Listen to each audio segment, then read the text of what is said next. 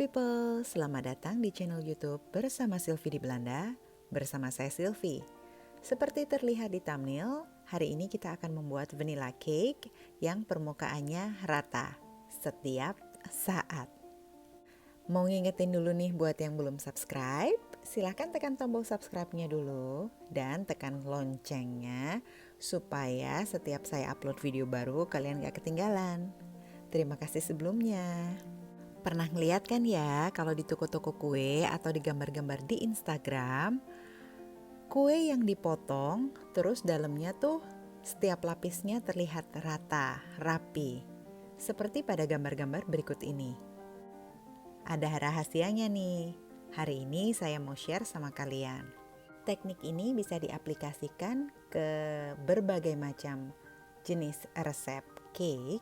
Cuman hari ini kita mau bikin vanilla cake yang dasar banget, wajib harus kudu diketahui.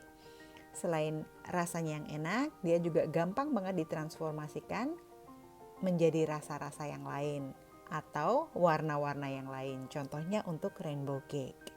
Sebelum menyiapkan bahan-bahannya, kita panaskan dulu oven selama kurang lebih 10 menit pada suhu 180 derajat Celcius.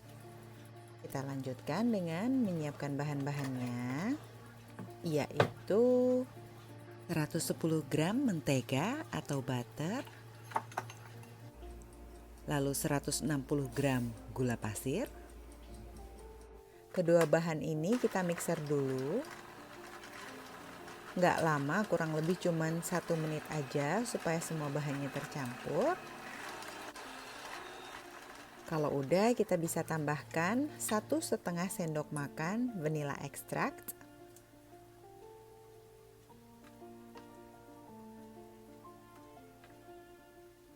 Nah, ini kita juga masukkan minyak gorengnya, minyak kelapa lebih tepatnya.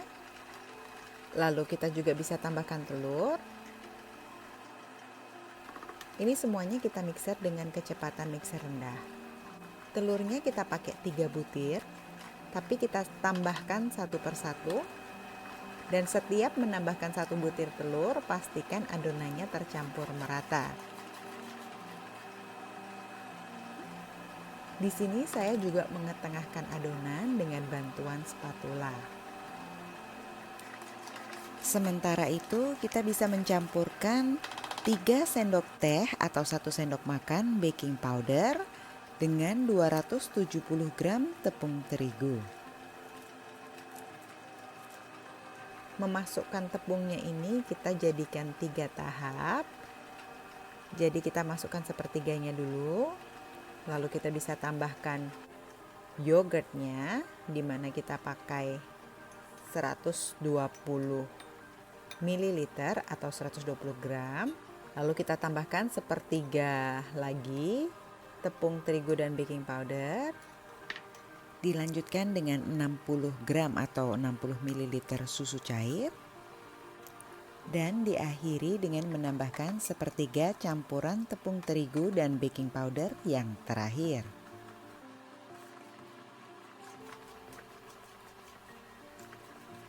Sebelum lupa, jangan lupa juga tambahkan sedikit garam, sejumput aja supaya rasanya lebih seimbang. Kalau udah, kita bisa timbang dulu. Ini juga salah satu yang akan membantu kita untuk nantinya mendapatkan lapisan kue yang sama tingginya. Kita siapkan loyangnya. Ini kita olesi dulu dengan butter. Di sini saya pakai butter yang baru keluar dari kulkas, jadi ngolesinya gampang, nggak belepotan kemana-mana. Cuman dari kemasannya gitu aja, langsung saya olesin di bagian bawah dan sedikit di bagian sampingnya. Nah, ini kita alasi dengan baking paper atau parchment paper yang sudah dipotong bentuk lingkaran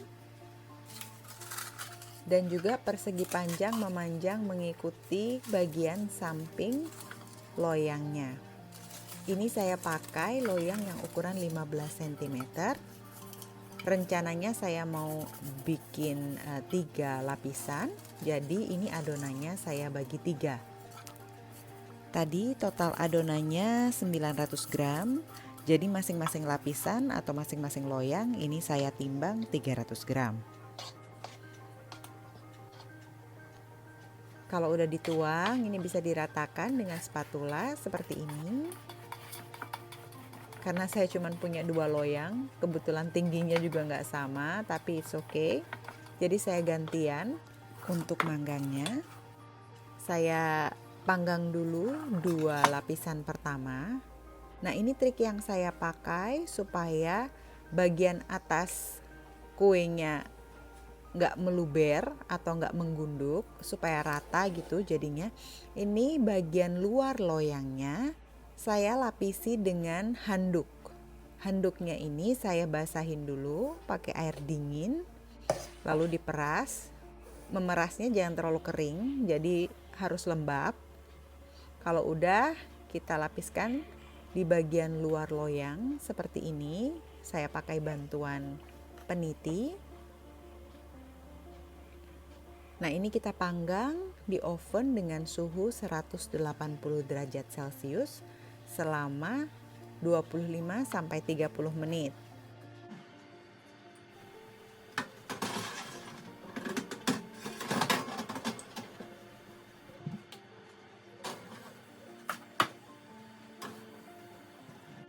Setelah 25 menit, ini saya keluarin dari oven dan saya tes.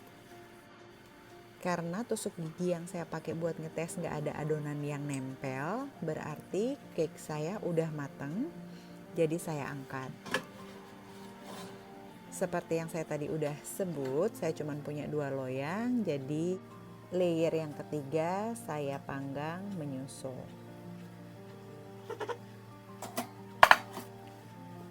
Ini dia jadinya kuenya rata dan cantik kan? Kalau tahu cara memanggang kue dengan benar seperti ini kan nolong banget ya. Jadi kita nggak perlu ngetrim, nggak perlu merapikan pinggiran atau bagian atas kue.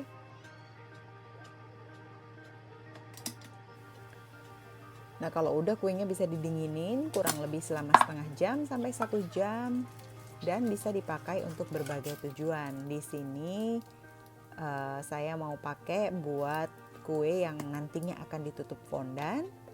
Ini dalamnya saya pakai chocolate buttercream, lalu fresh berries, dan saya tutup dengan chocolate ganache sebelum nantinya di cover dengan fondant. Detailnya bakal saya share di video yang lain. Kalau suka videonya bisa like dan tulis komentar di bawah. Jangan juga lupa subscribe supaya nggak ketinggalan video-video saya yang lainnya.